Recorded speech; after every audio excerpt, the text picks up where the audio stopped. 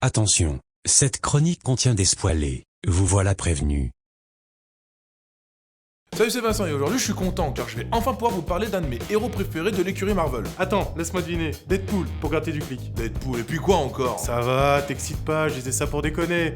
N'empêche, il y a un truc qui me dérange dans cette chronique. C'est-à-dire? Tu donnes pas assez de background sur les personnages. T'es passé en mode Wikipédia. Pas de panique. Si vous avez des questions sur certains points, je suis là pour apporter mes lumières. Qu'est-ce que tu branles là, toi? C'est qui ce pingouin là? Je suis le professeur Watt. Grand voyageur dans le temps et les dimensions. Des dimensions, ça voudrait dire que le multiverse existe? Évidemment. Vous ne saviez pas? Casse-toi, c'est mon émission. Ah, mon cher Veribad, à ce que je vois, tu n'as pas changé. Toujours aussi chaleureux. Allons, mes intentions sont nobles et désintéressées. Je veux juste vous aider. Et si mes interventions pertinentes peuvent vous rapporter quelques millions d'abonnés, j'en serais ravi. Cher Very Bad, parce que vous vous connaissez vous deux. Malheureusement, on était dans la même promo à la fac, et on a une note doctorat la même année. Pourquoi tant de haine? Après le nombre de fois où je t'ai aidé en philosophie quantique. Bah oui, paie ton aide. Tu m'as laissé copier, ouais. Mais après, sale enfoiré, tu m'as dénoncé au prof. Oh, tu sais ce que c'est. Action, réaction. Va te faire enculer. Ouais, on se calme, je vous rappelle que c'est moi le patron ici. Vous pouvez pas blairer le professeur Watt? Et ben j'ai décidé qu'il pouvait rester. Surtout s'il me dit comment sont mes doubles dans les autres dimensions. C'est ok? Comme on dit chez moi, allons-y. Oh bah ça va, on me demande pas mon avis, tout le monde s'en bat les couilles. Bah tu sais quoi? Bah je me casse, et pour un très long moment. Eh ben bon débarras, et comme je vous disais en début d'émission, je vais vous parler de celui qui est peut-être l'homme le plus fort de l'univers Marvel. Je veux bien sûr parler du Titan Vert, alias Hulk, et plus précisément du comics World War Hulk. Allez, nouveau générique!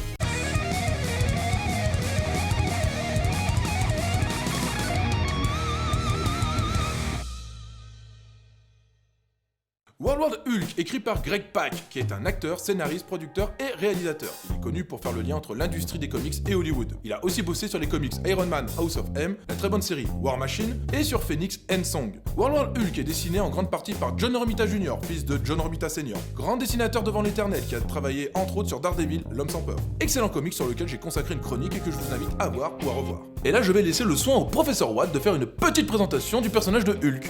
Évidemment.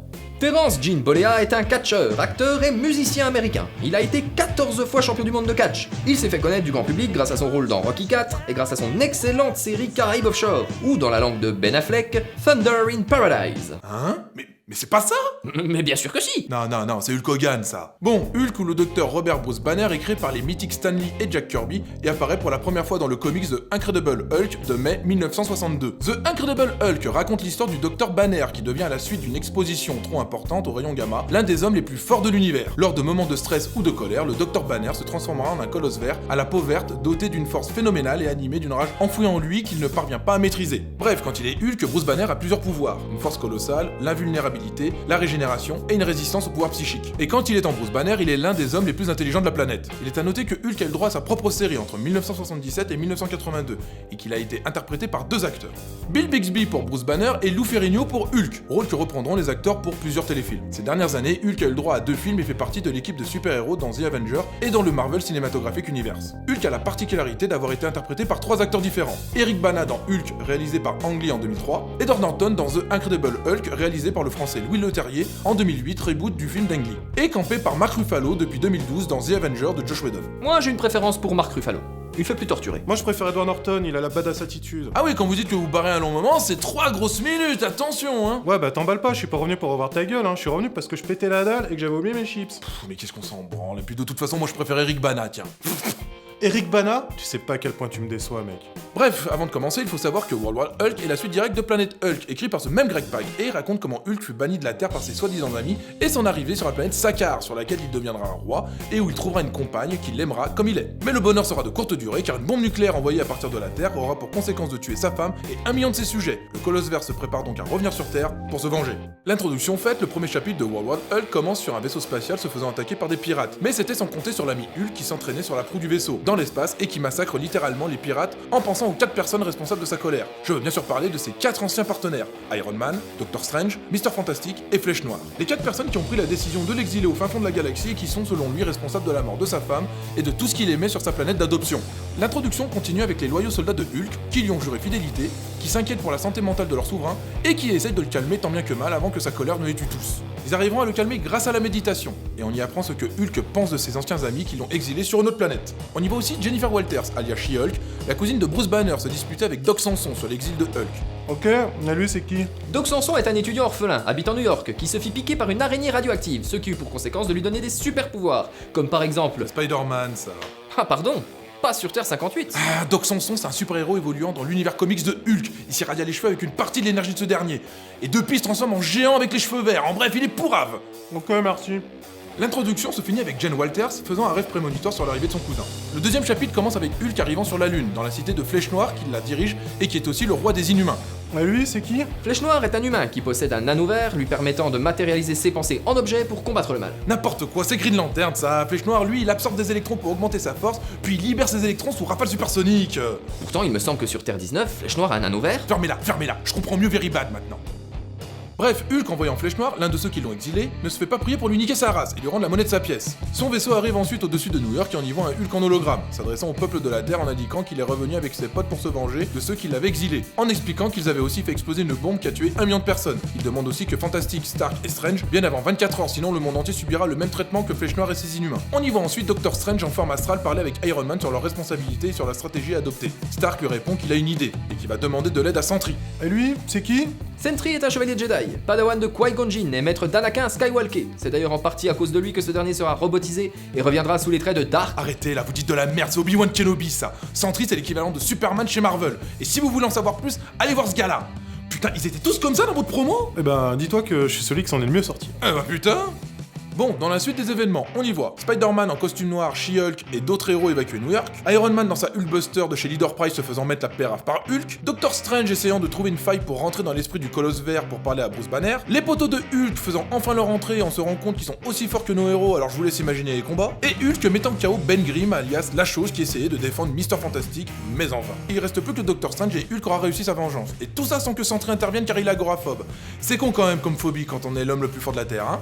C'est à ce moment que Greg Pak a décidé de faire chier les podcasteurs comme moi qui vous racontent les comics en mettant en scène quasi en même temps Rick Jones, une vieille connaissance de Bruce Banner, le Général Ross, grand méchant du Hulk Universe et qui me rappelle combien je suis content de pas avoir fait l'armée, et Doctor Strange qui trouve une faille dans l'esprit de Hulk pour rentrer dedans, pour parler à son alter ego, le Docteur Banner, pour le raisonner. Donc, pendant que dans le monde physique le Général Ross fait feu de tout bois contre notre héros sans réfléchir, Doctor Strange lui rentre en contact avec Hulk dans son esprit. Il arrive dans un premier temps à calmer la bête qui redevient Bruce Banner. Ce dernier lui raconte même pourquoi il est autant en colère. Strange lui dit qu'il va l'aider et que tout ira bien, mais tout ça n'était qu'un piège de Banner qui lui attrape les mains, redevient Hulk et broie les mains du docteur qui est immédiatement renvoyé dans le monde physique avec les blessures infligées par le Colosse Vert. Être un maître de la magie et pas pouvoir se servir de ses mains, c'est un peu la merde. Inutile de vous dire qu'il va en chier maintenant pour balancer un sort.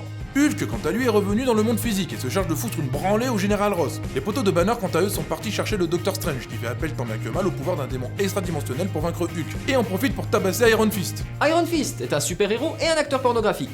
Il peut, en concentrant son énergie au niveau de son pénis... Iron Fist, pornographie, on est tous MDR, hein. Mais manque de bol, le Dr Veribad y avait fait la même dans la chronique de Daredevil. Ah, pardon. Mais sur Terre 87, Iron Fist est vraiment un acteur pornographique. Il est marié à She-Hulk, et il a concentré son énergie tellement fort qu'il a tué Galactus avec une simple bifle. Putain, il est presque aussi fort que le bifle masqué. Bref, pouvoir de démon ou pas, Strange ne fait pas illusion. Après un petit sursaut, Hulk le maîtrise, le fout KO et lui met un disque de soumission, comme aux autres héros qui se sont dressés contre lui et les fout dans le Madison Square Garden, improvisé en arène de gladiateurs comme sur la planète Sakaar. Le but étant de faire se battre les héros entre eux jusqu'à que mort s'en suive, et tout ça devant une foule soutenant Hulk et ses sbires. Et là, j'en suis sûr que vous allez me demander, il est où Sentry? Eh ben Sentry, il a réussi à battre son agoraphobie en pensant à une conversation qu'il a eue avec Tony Stark, qui lui disait qu'un jour il devra prendre la décision d'être le dieu qu'il peut être. Et c'est là qu'on voit le super travail de John Romita Jr. qui, case après case, fait monter le suspense en finissant l'action sur une double page de toute beauté qui pue la maîtrise et le savoir-faire. Sentry arrive donc au Madison Square Garden, bien décidé à en finir avec Hulk, en se prenant pour le dieu que Stark lui avait dit de devenir. Le combat des deux humains les plus forts de l'univers commence donc. Et ensuite... Non mais laisse tomber, il s'arrête là pour éviter de spoiler la fin, comme s'il était à ça près. Bon, pour conclure, je suis divisé sur World War Hulk. J'ai lu 3 fois pour préparer cette chronique, et à l'heure actuelle, je sais toujours pas si c'est un bon ou mauvais comics. Je m'explique. J'adore Hulk, j'aime sa transformation, son background, ses ennemis et sa brutasserie. Avec Daredevil, c'est mon héros préféré de l'écurie Marvel. Dans World Hulk, j'apprécie qu'on retrouve dedans plein d'autres héros de Marvel qui ne lui volent pas la vedette, et cerise sur le gâteau, c'est un artiste que j'adore, John Romita Jr. qui s'y colle pour les dessins. Normalement, tous les éléments étaient là pour que ce comics devienne une référence pour moi, mais pourtant, je peux pas m'empêcher de penser qu'il manque quelque chose. Ce petit truc qui aurait fait passer World War Hulk pour un chef-d'œuvre. Je me rappelle quand la première fois que je l'ai fini, je me suis dit, t'as vraiment payé pour cette merde? La deuxième fois, oh, il est pas si mal. Il y a des trucs qui sentent un peu la serviette hygiénique usagée, mais c'est pas si mal. Et après la troisième lecture, je me suis dit, bon, c'est un bon comics finalement. Hulk a une vraie raison de se venger. Les méchants ne sont pas forcément ceux qu'on croit et on découvre finalement que c'est Bruce Banner qui contrôle Hulk, et pas l'inverse. Et ça, pour le coup, c'est très bien joué. Sentry est aussi torturé que notre héros et leur combat est magnifiquement dessiné. Encore merci, monsieur Romita. Par contre, les potes de Hulk, ils servent à rien, et malgré la présence d'un Brod. Le twist final, il est nul, on n'y pense même pas. C'est l'un des plus nuls que j'ai jamais lu. À la fin, on se dit, et c'est tout ça pour ça. Et l'épilogue, bah je l'ai pas compris. Enfin si, je l'ai compris, mais je sais pas à quoi il sert. Donc si quelqu'un le sait, qu'il hésite pas à me donner son point de vue. Les personnes connaissant un minimum l'univers du Titan d'Emeraude ne seront pas perdues en lisant World Hulk. Par contre, pour les autres, je le conseille pas pour les débutants. S'ils veulent vraiment le lire, je conseille de lire avant Planète Hulk. Mais même avec ça, je suis pas sûr qu'ils apprécient. Pour bien commencer Hulk, je conseille l'intégrale de 62 à 64, trouvable assez facilement sur internet. Mais il vous coûtera un bras, voire les deux, voire peut-être même 3.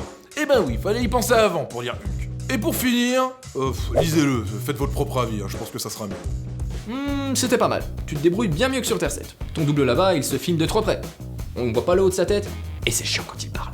Oui, enfin, on en a aussi ici, mais je vous rassure, personne ne les regarde jusqu'à la fin. Par contre, on avait un deal, vous et moi. Alors comment je suis dans les autres dimensions? Je m'en sors bien? Ça dépend. Sur Terre 24, le docteur Veribat t'a robotisé. Et tu lui présentes des comics toute la journée pour le divertir. Super. Putain, mais même dans les autres dimensions, je déchire. Par contre, sur Terre 11, tu es marié avec Laura Vandervoort. Marié avec Laura. Quoi? Marié avec Laura Vandervoort? Développé, on a des gosses, on est amoureux, je la compte sexuellement? C'est possible, même mon savoir a des limites. Putain, il y a un dieu. Bon, il est pas dans cette dimension, mais il y en a un. Amenez-moi. S'il vous plaît, amenez-moi. Désolé, mais mon vaisseau affiche complet. Une prochaine fois peut-être. Je dois reprendre ma mission et partir à la rencontre des simples d'esprit pour éclairer leur quotidien monotone.